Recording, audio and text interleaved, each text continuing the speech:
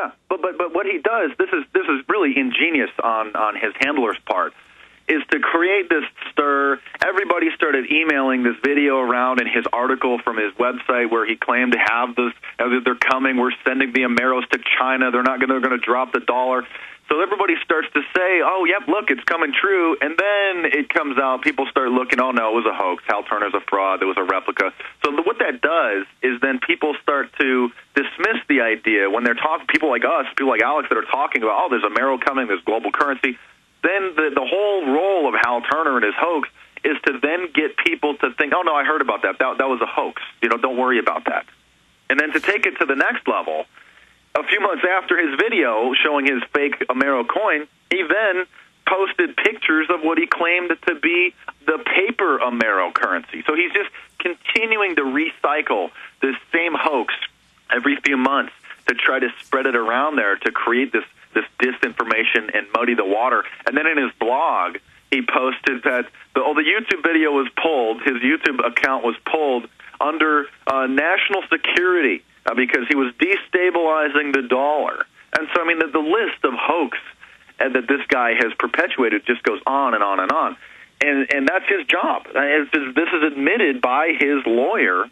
And so thankfully he's been arrested for making these claims of wanting to kill people. But it's absurd that his lawyer says, oh, well, he was just, posting threats to urge people to commit acts so they could be arrested. No, he was posting these things so that people would actually commit crimes because the FBI is not going to know what kind of psycho is going to read his blog post and the people's addresses that he would post on his website and go and harm these people. And the intention is not to find these people before they do anything. The intention is to get them to do it. Well, you're absolutely right. In fact, there was a new hoax, UN gold hoax, muddies the waters of real move towards global currency. That was, a month and a half ago? Let me see the date on that article they just put on screen. They have more of those. I mean, there's whole constellations of groups who don't make mistakes. Everybody does that. But they knowingly, and we've also identified who's COINTELPRO. We've even looked into some of the corporate documents, into some of the alternative little fake radio networks that are out there, who their only job is attacking and lying about myself mainly, because they know I'm one of the biggest bona fide real things, attacking Ron Paul, attacking myself, making up things. And they always just put out wild disinfo. Alex Jones is owned by the Saudi Arabians. Alex Jones is owned by the Brahmins. Alex Jones is owned by the Scientologists. And the same people will be saying I'm owned by all of it. I mean, obviously that's not true. Even if you believe I was by one of those groups, all of them, the Jews, the Vatican, the Scientologists, the Saudis, the Keebler elves, ABC owns Genesis. Because of many satellites we've leased. Any radio owner will be laughing. You have to lease a satellite if you want to have a gardening show or anything else. A feed of thousands on it. It's like $5,000 a month. It's like getting Roadrunner at your house. So they also take kernels of things.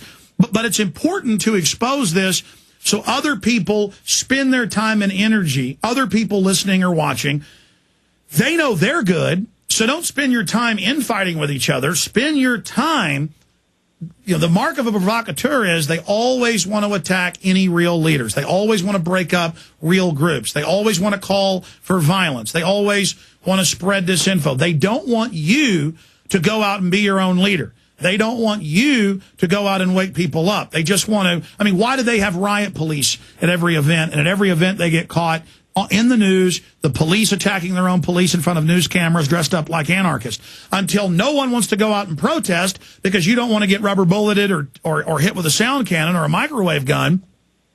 And they just do this over and over and over again until Americans don't want to go out and protest. They have effectively, with free speech zones and the rest of it, killed most protesting. And any protest I've ever had, people show up to try to disrupt it, and then they say you are the disruptors. So that's how you can always tell the COINTELPRO and the useful idiots that they've got working for them, Mark.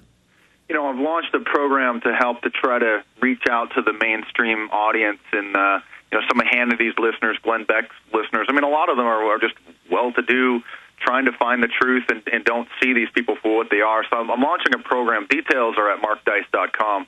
where if you simply call into one of these top 5 shows, they're listed on my site, which ones: Sean Hannity, Glenn Beck, Michael Savage, Rush Limbaugh, and Mark Levin, just because he's friends with Sean Hannity, not that he's a popular host.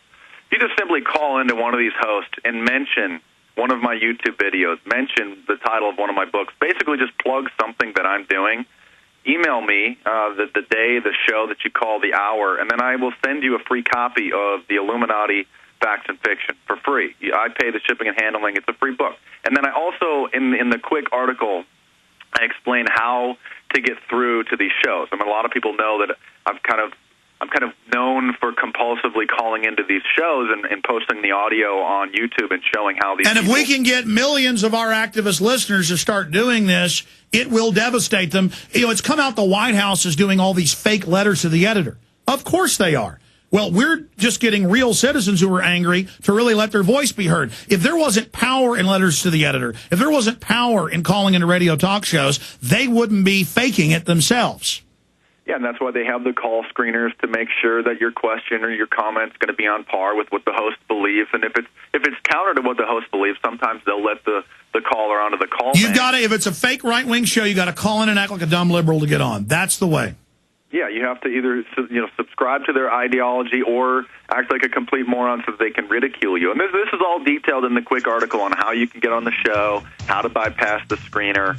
And so I just hope everybody checks it out. And just imagine if we can get multiple calls into all these shows every day for the next month or two, how bad is Sean Hannity going to squirm? And then when people start hearing about these issues or start hearing about certain things, certain videos, certain books, people are going to Google it. Thousands of people are going to Google it. I'll do you one better, Mark. I'll give everybody $100 who can get in on Sean Hannity or Rush Limbaugh and send me the audio clip. $100.